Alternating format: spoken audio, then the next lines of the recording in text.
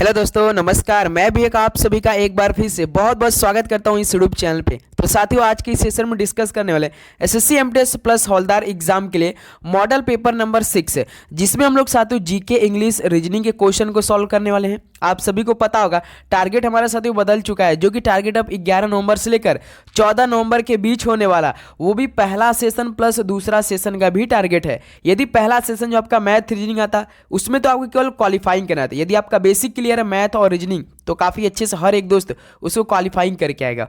और साथ ही second session की बात करें जीके और इंग्लिश की, यदि आपका प्रीवियस ईयर के सवाल कंप्लीट है तो साथ ही आप बहुत ही अच्छा उसको स्कोर कर पाएंगे। तो आज की सेशन में साथियों बिल्कुल टोटल 50 क्वेश्चन को डिस्कस करने वाले। टारगेट हम लोग का फिर से 1 नवंबर से लेकर 14 नवंबर के बीच बना था साथी, 50 आउट ऑफ 50 करना था, जो कि सेकंड सेशन होता है। पहला सेशन तो केवल क्वालिफाइंग करना था। जनरल वालों को 40 में से 12 क्वेश्चन, ओबीसी को तो केवल 10 ही क्वेश्चन करना है साथी, एससी एसटी वालों को तो केवल 8 ही क्वेश्चन करना है। ओके, तो चलिए सेशन को स्टार्ट करते हैं। और डेली क्लास की टाइमिंग सुबह 8 बजे से में रह रही है और शाम को 6 बजे रहती है। और टारगेट विथ विवेक के नाम से डिस्क्रिप्शन बॉक्स से अपना टेलीग्राम ग्रुप है, आप जरूर उसमें ज्वाइन कीजिए।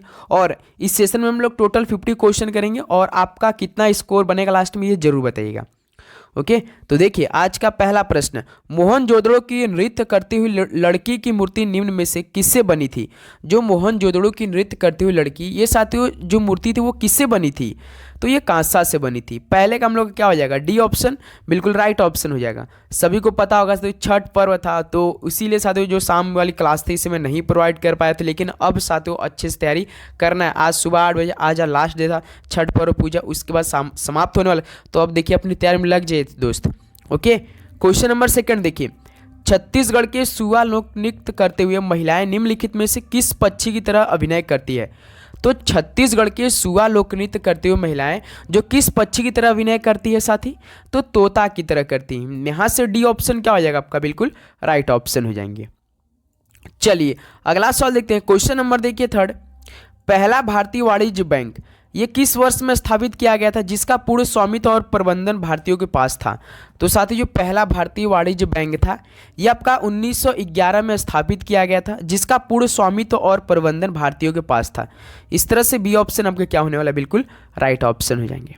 ओके, चलिए नेक्स्ट नंबर देखते हैं आपका। क्वेश्चन नंबर देखिए 4, मंदाकिनी नदी अलकनंदा नदी में ये किस पर मिलती है? तो साथ ही जो मंदाकिनी नदी है अलकनंदा नदी में, याद रखिएगा ये रुद्रप्रयाग पर मिलती है। यहाँ से बी ऑप्शन रुद्रप्रयाग आपका बिल्कुल राइट ऑप्शन होने वाला है। यदि साथी आपका एग्जाम 11 से लेकर 14 नवंबर के बीच में होने वाला है, तो देखिए आपको सबसे पहले बेस्ट आप लोग बहुत बहुत शुभकामनाएं, बहुत बधाइयाँ भी, इसलिए कि पेपर आपका बहुत अच्छा जाने वाला है।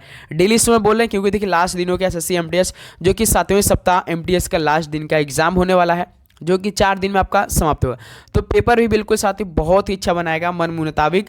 देखिए first impression is the last impression, यानी फर्स्ट दिन का भी पेपर बहुत अच्छा आया था और लास्ट वीक का एग्जाम भी बहुत ही अच्छा जाने वाला सभी का। तो बस अपनी तैयारी साथी बहुत अच्छा रखिए, आप स्कोर काफ़ी बेटर करने वाले अपने पेपर में। देखिए क्वेश्चन नंबर 5, भारत के निम्नलिखित में से किस राज्य में मानस जैव मंडल आरक्षित क्षेत्र स्थित है? तो साथी किस राज्य में मानस जैव मंडल आरक्षित क्षेत्र स्थित है? तो ये असम राज्य में स्थित है। यहाँ से डी ऑप्शन क्या हो जाएगा हम लोग का, बिल्कुल राइट ऑप्शन हो जाएंगे। चलिए नेक्स्ट नंबर देखते हैं। क्वेश्चन नंबर देखिए 6, निम्नलिखित में से किस वर्ष में हल्दी घाटी का युद्ध लड़ा गया था? तो साथ ही हल्दी घाटी का युद्ध किस वर्ष में लड़ा गया था? तो शायद ये 1576 में लड़ा गया था। बिल्कुल सदी डी ऑप्शन यहाँ से क्या होने वाला आपका, बिल्कुल राइट ऑप्शन हो जाएंगे। चलिए अगला सवाल देखते हैं। क्वेश्चन नंबर देखिए 7, 1947 में स्वतंत्र भारत की पहली कैबिनेट में शिक्षा विभाग की प्रभार किसके पास थी?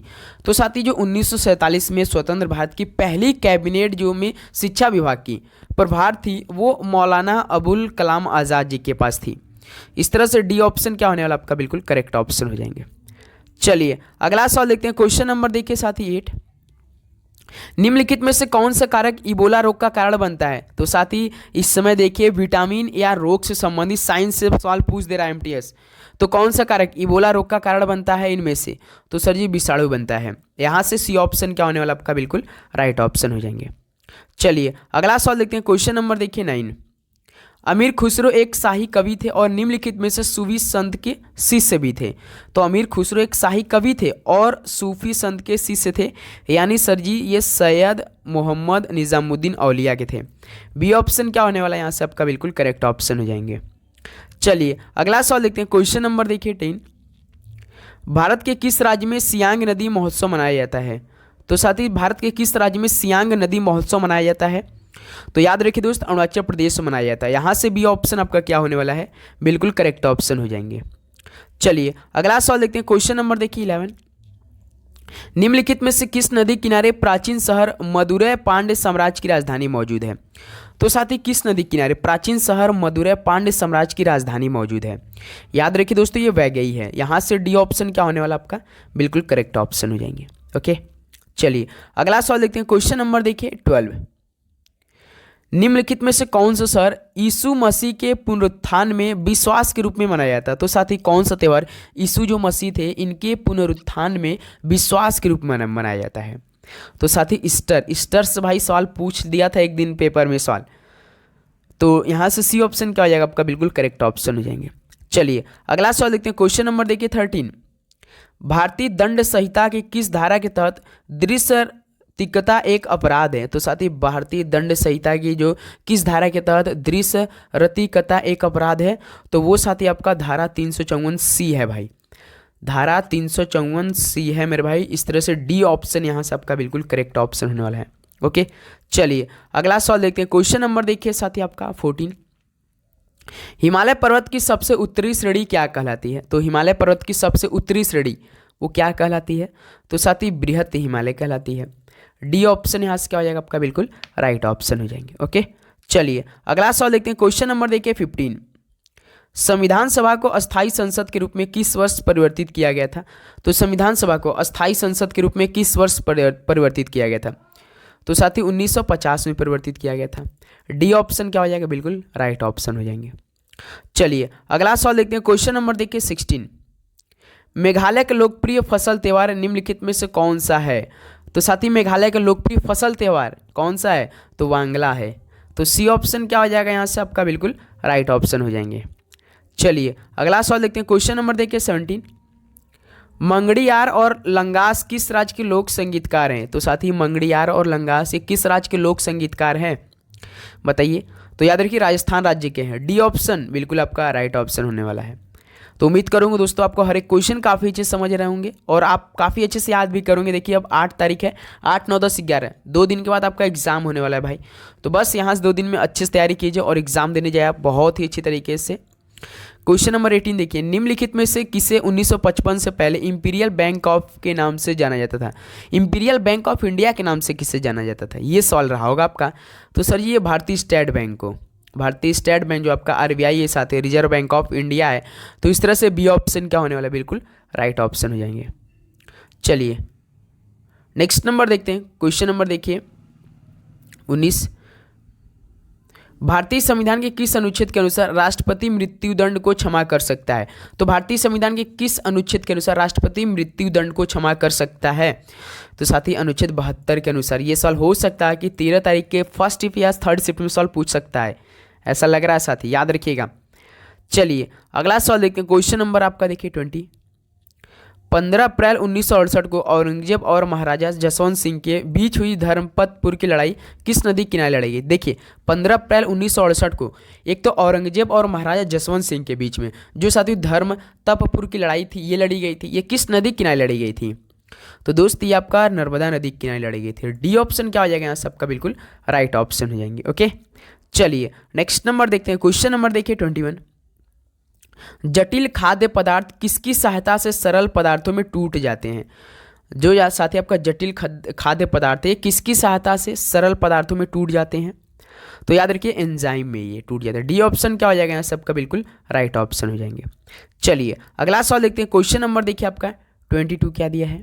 वर्ष 2010 में यूनेस्को की विरासत नृत्य में से कौन सा नृत्य रूप शामिल किया गया है? तो साथ ही वर्ष 2010 में जो यूनेस्को की विरासत नृत्य में एक नृत्य रूप शामिल किया गया था वो छऊ नृत्य को शामिल किया गया था। बी ऑप्शन क्या हो जाएगा? बिल्कुल राइट ऑप्शन हो जाएगा। सवाल ऐसे पूछता आपके पेपर में कि छऊ नृत्य को किस वर्ष में यूनेस्को की विरासत नृत्य में शामिल किया गया है? तो साथ ही 2010 में शामिल किया गया है, याद रखिएगा आप लोग। चलिए अगला सवाल देखते हैं। क्वेश्चन नंबर आपका 23। निम्नलिखित में से किस राजवंश के शासक गौतमी पुत्र सातकर्णी थे? तो किस राजवंश के शासक गौतमी पुत्र सातकर्णी थे? तो साथ ही सातवाहन के थे। डी ऑप्शन आपका बिल्कुल राइट ऑप्शन होने वाला है। और साथ ही आप हमें इतना बता दीजिए, क्लियर कर दीजिए कि आपका किस डेट में एग्ज़ाम है। आपका साथी या तो 11 को होगा या 12 को या 13 या आपका 14, इन 12 शिफ्टों में आपका एग्ज़ाम समाप्त होने वाला है। और ये लास्ट दिनों का और लास्ट सप्ताह का भी एमटीएस का एग्ज़ाम होने वाला है। तो देखिए आपका पेपर तो बहुत ही अच्छा जाने वाला है, क्योंकि देखिए लास्ट के दिनों में कभी भी एसएससी आप कोई भी पेपर को उठाइए, या सीजीएल सीएचएसएल आपका यहाँ तक साथ स्टेनो या सिलेक्शन पोस्ट जो आपका एग्जाम उसको उठाइए और देखिए, या तो सीपीओ का भाई इस दिन आपका एग्जाम जो कंप्लीट हुआ लास्ट दिन में बहुत अच्छा पेपर बनाया था। तो जिनका एग्जाम हुआ भाई थोड़ा सा आपको लग रहा है कि मेरी जीके इंग्लिश में थोड़ा सा कमजोरी बता रहा है, आप उसको अच्छा करना चाहें तो प्रीवियस ईयर का सवाल कर लीजिए, इसे तो मॉक टेस्ट लगा लीजिए। मैथ रीजनिंग आपको टेंशन नहीं लेना है, बेसिक क्लियर है तो आपको कोई भी दिक्कत नहीं आएगी, ये बात याद रखिएगा साथी। बस आपको थोड़ा सा लग रहा है कि थोड़ा सा कमी बता रही है तो जीके इंग्लिश प्रीवियस ईयर सवाल के कंप्लीट एक बार नज़र में देख लीजिए। ओके बिल्कुल।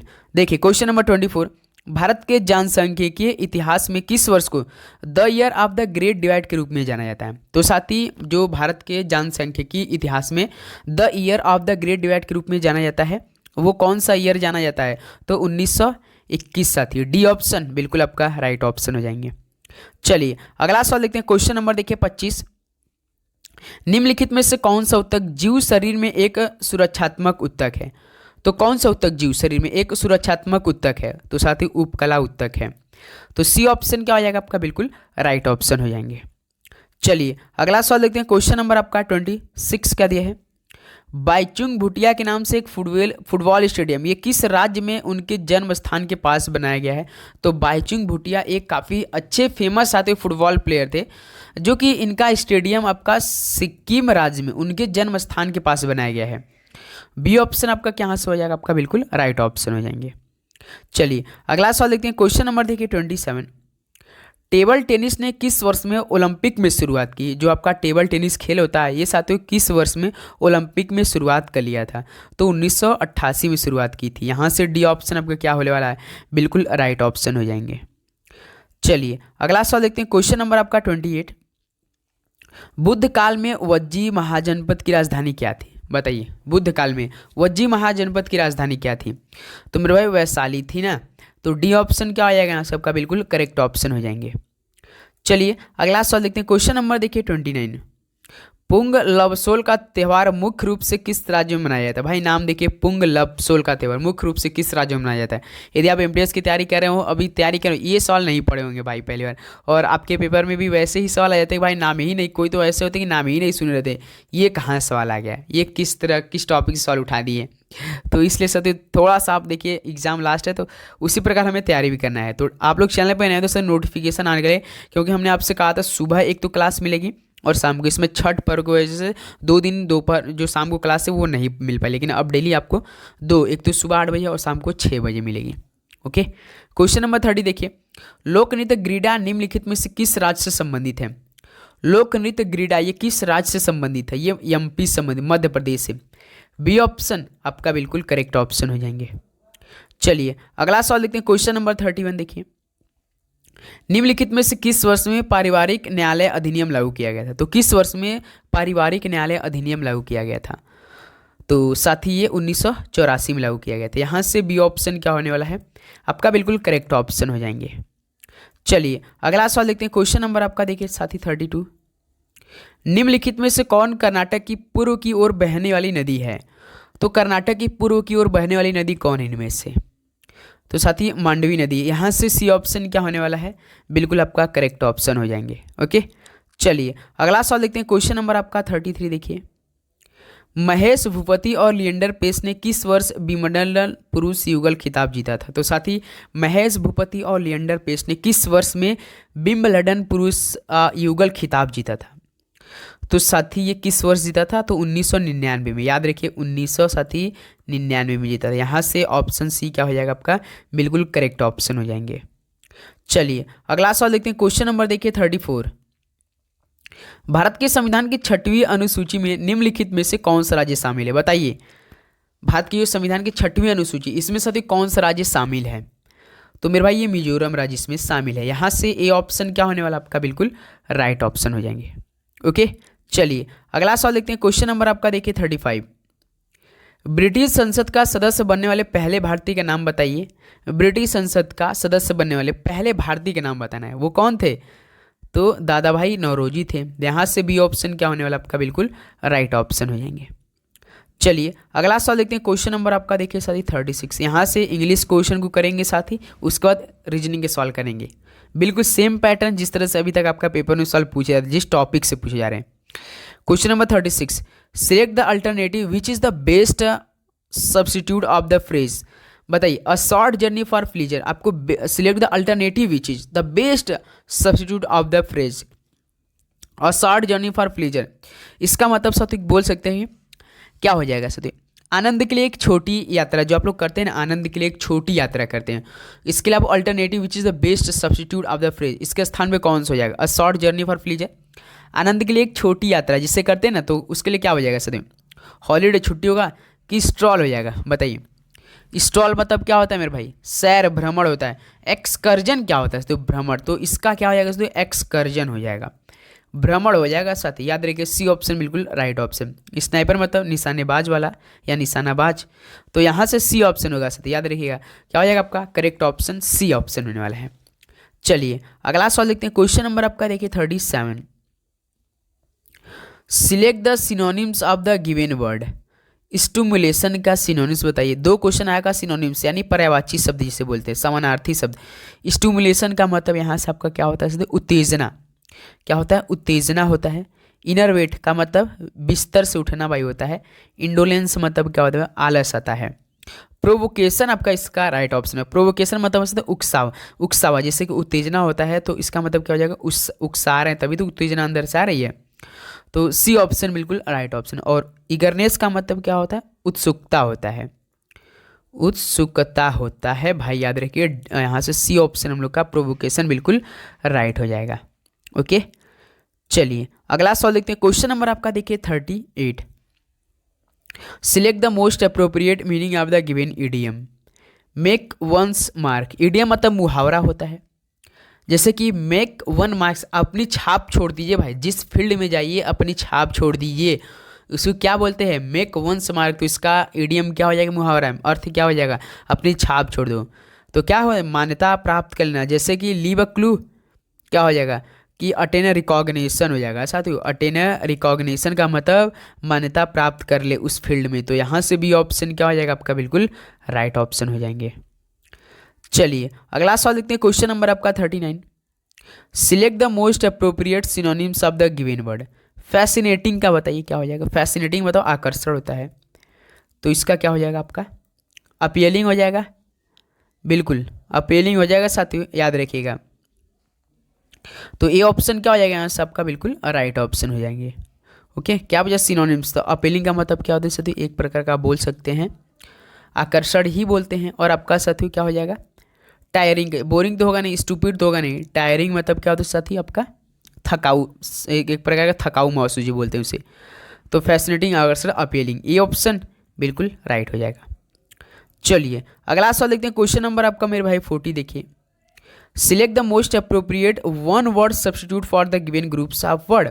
वन वर्ड में आपको बताना है, पूरे ऑफ सेंटेंस को पढ़िए समझिए, एक वर्ड में बता दीजिए। जैसे वन हु इज इजिली डिसिप्ड, इसका मतलब से जो आसानी से धोखा खा जाए। जैसे कि कोई व्यक्ति रहता है जो अब बिल्कुल आसानी से धोखा खा जाता है, उसको क्या बोलते हैं? प्लाउसिबल बोलते हैं। प्रशंसनीय बोलते हैं जिसे क्या बोलते हैं? प्रशंसनीय जिसे बोला जाता है। और आपका गुलीबल, गुलीबल मतलब साथी जो कि बहुत ही भोला भाला सीधा साला जिसे बोलते हैं, वो आसानी से धोखा खा जाता है ना, तो इसको क्या बोलते हैं? वन हु इज इजिली डिसिप्ड, जो आसानी से धोखा खा जाए। और एग्रीएबल मतलब सहमति होता है। और क्रेडिबल मतलब विश्वसनीय होता है। तो इस तरह से क्या हो जाएगा हम लोग का? बी ऑप्शन, जो बिल्कुल आसानी से धोखा खा जाए या बहुत सीधा साधा, तो गुलीबल इससे बोलते हैं। चलिए नेक्स्ट नंबर देखते हैं। क्वेश्चन नंबर देखिए 41, select the most appropriate meaning of the given idiom. भाई फिर से अ डार्क हॉर्स मतलब कि एक काला घोड़ा। जैसे कि आप बोल सकते हैं साथी कोई पहले से मतलब से कम जाना पहचाना, मतलब कि किसी टीम में या किसी व्यक्ति या टीम में या चीज़ जो किसी व्यक्ति से क्या हो सकता है स्थिति में प्रमुखता से उभरता हो, उसको क्या बोल देंगे? वो कोई व्यक्ति जो उभरता हो, जिसे कोई मतलब कि पहले से कम जाना पहचाना हो व्यक्ति। टीमें या व्यक्ति बोल सकते हैं टीमें जो चीज़ों को किसी स्थिति में प्रमुखता से उभरता हो, उसको क्या अननोन जीनियस बोलते हैं, एन अननोन जीनियस बोलते हैं। यहाँ से साथ ही 41 का बी ऑप्शन क्या हो जाएगा, बिल्कुल राइट ऑप्शन। और एन अननोन जीनियस का मतलब क्या होता है, कोई मतलब कि अनजान प्रतिभाशाली व्यक्ति होता है भाई, कोई अज्ञात या अनजान बोल सकते हैं ना, तो इस तरह से बी ऑप्शन बिल्कुल राइट हो जाएगा। चलिए नेक्स्ट नंबर देखते हैं, आपका क्वेश्चन नंबर देखिए मेरे भाई 42। Select the most appropriate antonym of the given word. Initiate का मतलब क्या होता है मेरे भाई, इनिशिएट का मतलब आरंभ करना है, तो एंटोनिम, एंटोनिम पूछा भाई, ध्यान से देंगे सर राइट ऑप्शन, तो क्या हो जाएगा, फिनिश हो जाएगा। फिनिश अंत, इनिशिएट मतलब शुरू आरंभ करना, तो फिनिश मतलब समाप्त। बी ऑप्शन बिल्कुल राइट हो जाएगा। चलिए अगला सवाल देखते हैं, क्वेश्चन नंबर आपका 43। Select the most appropriate meaning of the given idiom. Get out of hand, भाई साहब अनियंत्रित हो जाना, अपने हाथ से निकल जाना है, तो क्या हो जाएगा, टू बिकम अनकंट्रोलेबल हो जाएगा भाई। काफ़ी जी सवाल था, बी ऑप्शन क्या हो जाएगा इस सवाल का, बिल्कुल भाई। एक एक सवाल तो ऐसे इंग्लिश में आ रहे हैं जैसे कि आप एकदम समझिए एकदम आराम से शुरू कर आएंगे, बस आपको सवाल सही पढ़ना है, लगेगा ऑप्शन सभी सही है, लेकिन भाई आपको ध्यान से पढ़ना है, बिल्कुल अच्छे से क्वेश्चन कीजिएगा, आपके पेपर में बहुत ही आसान पेपर आएंगे इस बार। क्वेश्चन नंबर 44 देखिए, select the alternative which is best substitute of phrase. Shamelessly rude, मतलब इसका बेशर्मी से सभ्य, असभ्य जिसे बोलते हैं, क्या बोल देंगे, इम्पेसिबल, इम्पोर्टेंट या इनफेलेबल या इनविंसिबल, क्या बोल देंगे साथ इसके लिए। मूर्ख होता है इम्पेसिबल, मतलब इम्पोर्टेंट का मतलब होता है साथियों दिलेर जिसे बोलते हैं, दिलेर। बेशर्मी सभ्य है, उससे क्या बोलते हैं, असभ्य। इम्पोर्टेंट बोलते हैं साथी। और इनफेलिबल का मतलब साथियों अचूक होता है, और इनविंसिबल का मतलब अज्ञेय होता है। बी ऑप्शन मेरे भाई इस सवाल का बिल्कुल याद रखिएगा करेक्ट ऑप्शन हो जाएगा आपका। ओके चलिए अगला सवाल देखते हैं, क्वेश्चन नंबर आपका 45। Find the incorrectly spelled word. Curriculum जिसे आप लोग क्या बोलते हैं, करिकुलम मतलब पाठ्यक्रम बोलते हैं ना, कोलाबरेट मतलब करते हैं ना, सिलेंडर होता है, कैरेजियस जिसे आप लोग साहसी बोलते हैं, इसका स्पेलिंग क्या होता है, COURAGEOUS होता है, जिसे बोलते हैं आप लोग कॉरेजियस बोलते हैं, जिसे साहसी व्यक्ति। तो इसका देखिए स्पेलिंग क्या है, केवल एक वर्ड इसमें देखिए अलग दिया होगा, CURAG देखिए ई होता है भाई, यहाँ पे आई दे रखा है, तो यहीं से क्या होगा, ये रॉन्ग है, तो इसलिए 45 का बी इनकरेक्टली स्पेलिंग वाला वर्ड है। ओके चलिए नेक्स्ट नंबर देखते हैं, आपका क्वेश्चन नंबर देखिए 46। निम्नलिखित प्रश्न में दी गई श्रृंखला में लुप्त संख्या को चुनिए, जैसे 108, 129, 104, इसी क्वेश्चन मार्क की जगह हमें बताना है 100, 137, 96, 96 दिया है बिल्कुल। चलिए हल कीजिए इस सवाल को, आप 5 कीजिए, उसके बाद अपना आंसर बताइए क्या आ सकता है। जैसे देखिए से यहाँ पे 108 दिख रहा है, 129 दिख रहा है, फिर यहाँ पे 104 दिख रहा है भाई, फिर यहाँ पे देखिए 100 दिख रहा है। देखिए 108, 100, 104 और 100, ये कुछ तो मिलता जुलता रहा, कुछ तो दिमाग लगाया गया है। यदि इस तरह का सवाल आया साथियों तो आप ध्यान दीजिएगा, तीसरा चौथा को छोड़ कर भी देखिएगा, उससे कुछ बन सकता है, दिमाग लग सकता है, अगर कुछ दिमाग नहीं लग रहा है तो। जैसे देखिए इसमें क्या कर रहा है, यदि 108 से 104 दिया, यानी इसमें क्या किया, -4 किया है।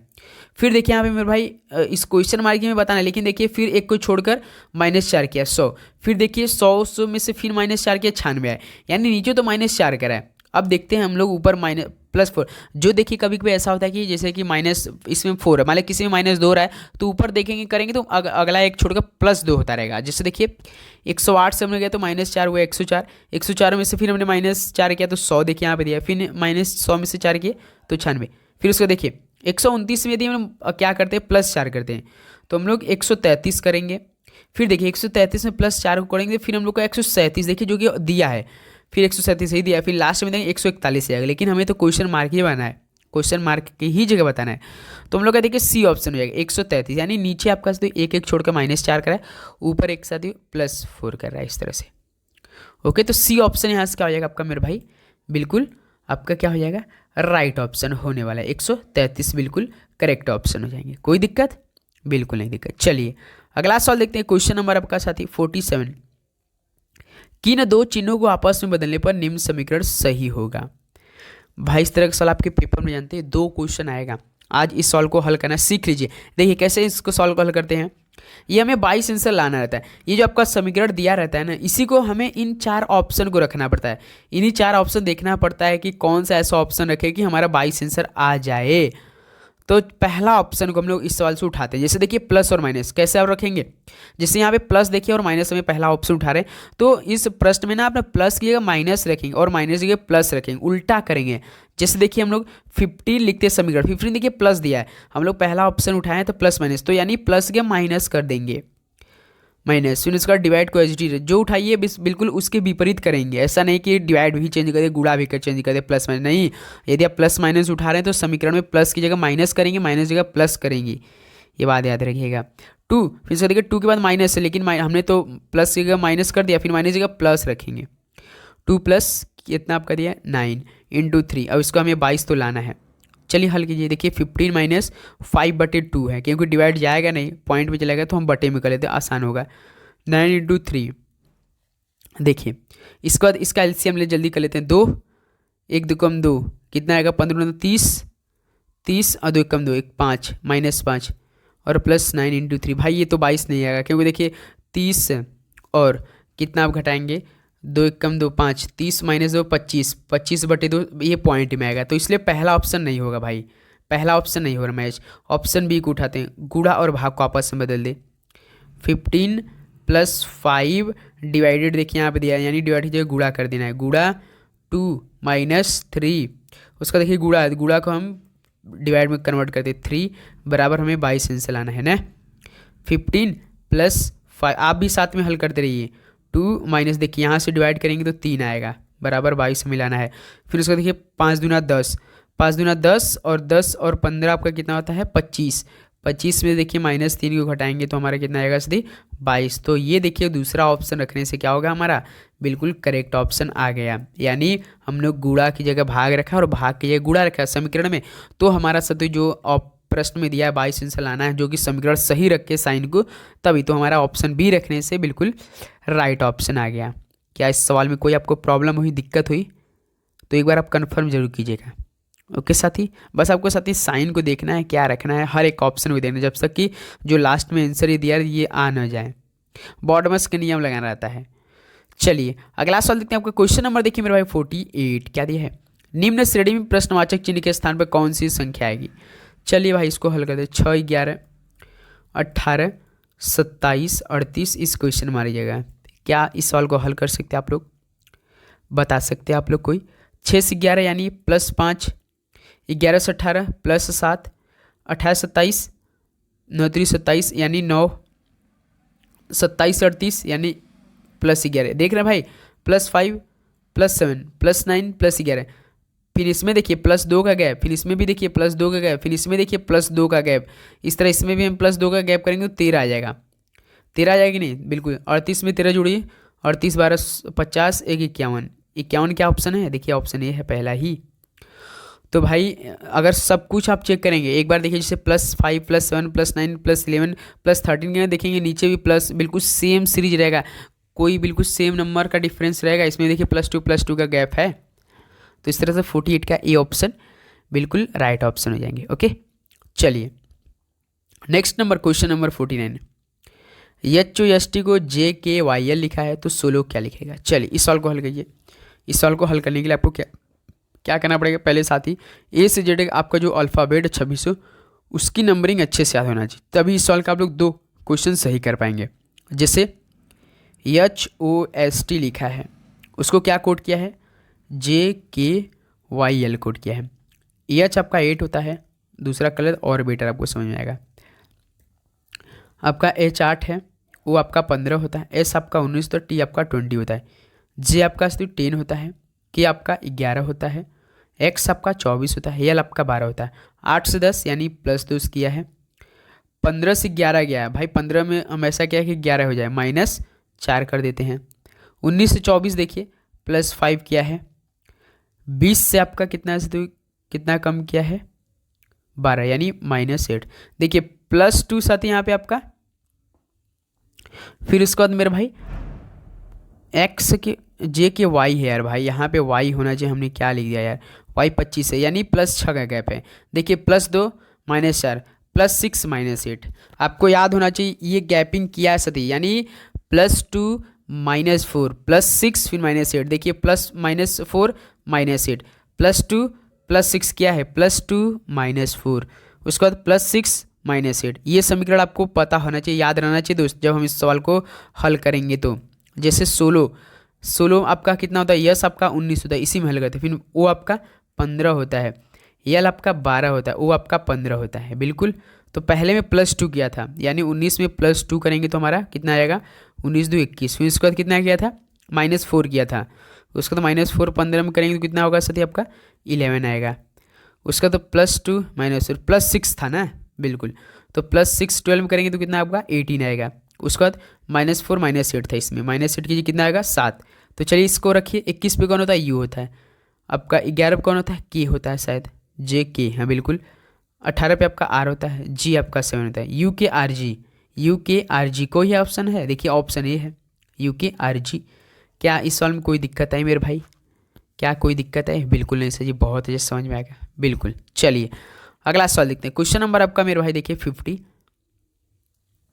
मानव शरीर का संबंध दवाएं से है तो पौधे के संबंध किससे हो जाएगा? भाई आप समझ रहे हैं, जिस प्रकार का हम लोग मानव शरीर है, तो जब हमारे तबीयत फीवर वगैरह आए तो हम किस उपचार कराने के लिए क्या लेते हैं, शरीर के उपचार के लिए हम क्या लेते हैं, दवाई का प्रयोग करते हैं कि नहीं, किया जाता है कि नहीं। तो इसी तरह पौधे का जो कोई भी डैमेज होता है, तो उसी प्रकार से तो पौधे के उपचार के लिए आप लोग किसका प्रयोग करेंगे, उर्वरक करेंगे कि सिंचाई का कि बीज की कीटनाशक का, बताइए।